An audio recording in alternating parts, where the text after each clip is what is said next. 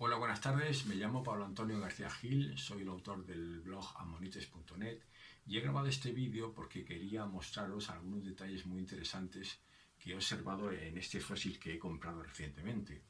Se trata de un ammonite de Madagascar que posiblemente habréis visto muchos parecidos en ferias, y son ammonites que suelen venir o bien pulidos o bien cortados, mostrando el interior, o cortados por varios sitios, en definitiva trabajados.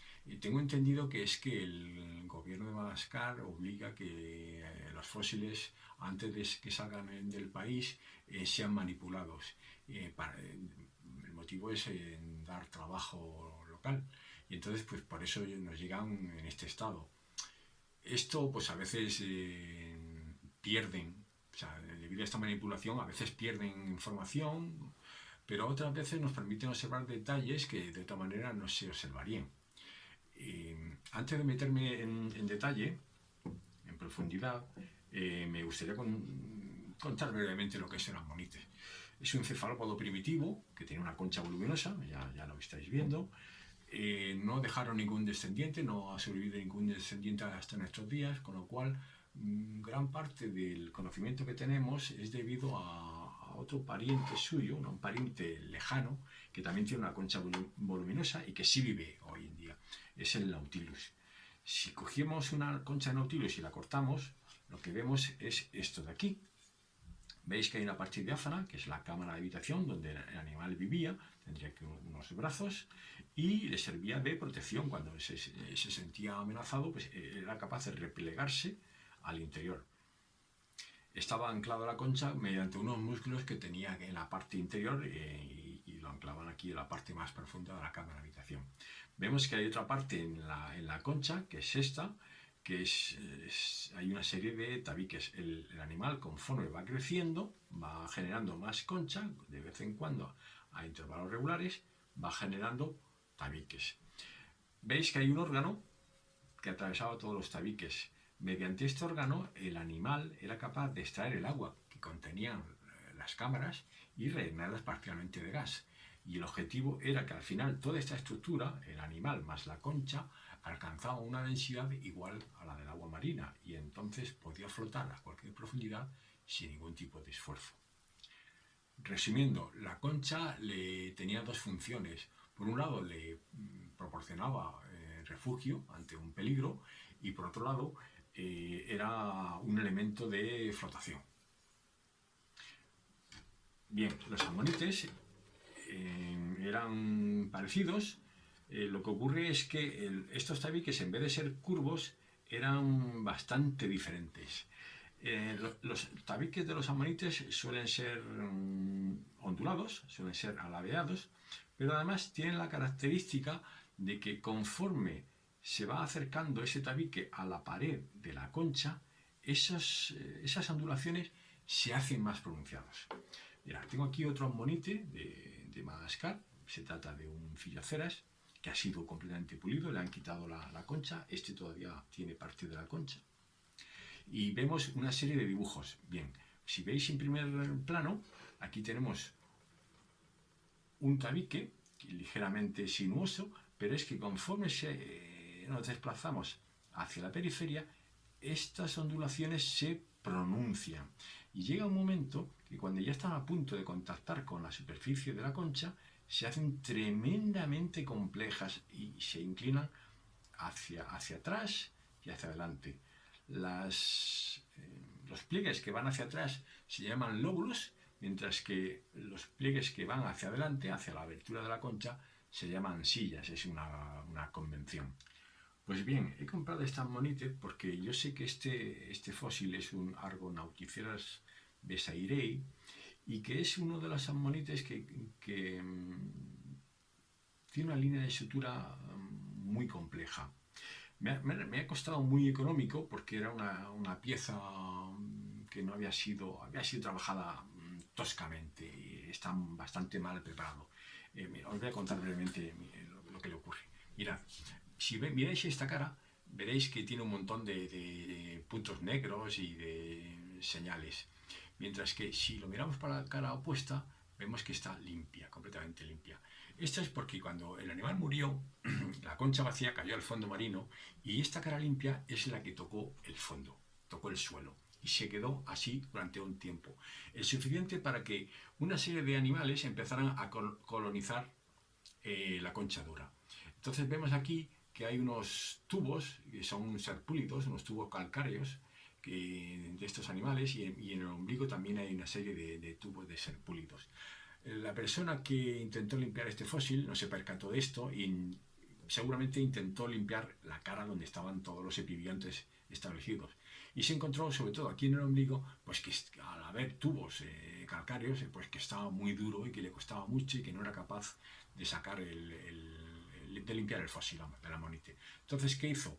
Pues le dio la vuelta y intentó limpiar el ombligo por este lado, sin percatarse que, claro, aquí ya no hay tubos, ya no hay serpúlidos. Entonces la concha de la amonite es muy fina, se la cargó, la atravesó y llegó un momento que le hizo una serie de agujeros que no sé si los veréis, si veréis la luz, hizo un par de agujeros. Bueno, el caso es que al final pues lo dejó así, a medio limpiar y lo vendían bastante económico. Bueno, pues yo lo vi por internet, lo compré bastante económico debido a la mala preparación que tenía, porque yo lo que sí sé que esta especie, Argonauticera besairei, tiene una característica en la línea de sutura. Mirad, dentro del suborden Lithoceratoidea, algunos amonites desarrollaron en la línea de sutura una característica especial, y es que aquí en la parte interna, veis que aquí que tiene una serie de pliegues, pues el pliegue en la parte más baja del tabique es tremendamente complicado. Lo que hacen es que el tabique se inclina hacia atrás, se ramifica y contacta con el septo que hay en la parte posterior. Bien, el fósil tiene las cámaras rellenas y entonces lo habían cortado la boca, y yo lo que pretendía era intentar limpiar esta boca y dejar al aire ese lóbulo septal. Bueno, pues me puse manos a la obra y lo he conseguido con bastante esfuerzo. El resultado es este que veis aquí, espero que se aprecie. He conseguido que ese lóbulo que se inclina hacia atrás llega a contactar con el tabique que había en la parte de atrás, quede al aire. Bien, os voy a comentar un poco cómo lo he hecho. Bien, el amonites, como os decía, tenía las cámaras rellenas de sedimento bastante duro, pero yo he utilizado una serie de percutores y trabajo con este percutor que tiene varias puntas intercambiables, y con él pues he ido retirando despacito este sedimento. El primer problema que encontré es que lo que quiero limpiar está tan profundo que esta cabeza me golpeaba parte de la concha externa y se rompía. Bueno, yo he jugado en este percutor, me permite la punta, sacarla un poco más, y no sé si os fijáis, ¿veis? Lo que hago es que esta mordaza la aflojo y saco la punta al máximo y le gano 1 centímetro. Bueno, pues así consigo que tenga más longitud esta punta y llegar a zonas más profundas. Pero aún así esto no era suficiente y seguía golpeando de vez en cuando la periferia de la amonite, o incluso llegaba a golpear aquí el lóbulo que quería limpiar y se rompía, le quitaba trazas. Entonces, ¿qué decidí? Bueno, pues tomé la decisión de cortar un trozo, cortar 1 centímetro para que me dejara llegar más abajo. Entonces, pues eso es lo que he hecho aquí. Si veis, he cortado un par de trozos, pero solo de la periferia. ¿Cómo lo he hecho? Pues con esta otra herramienta. Es una máquina rotativa tipo Dremel con un disco de diamante y bueno, pues con mucho cuidadito, pues fui cortando hasta que eliminé lo que me interesaba. Pero solamente de la periferia. Dejé, si os fijáis, he dejado el lóbulo septal tal cual estaba, solo he cortado la concha de fuera.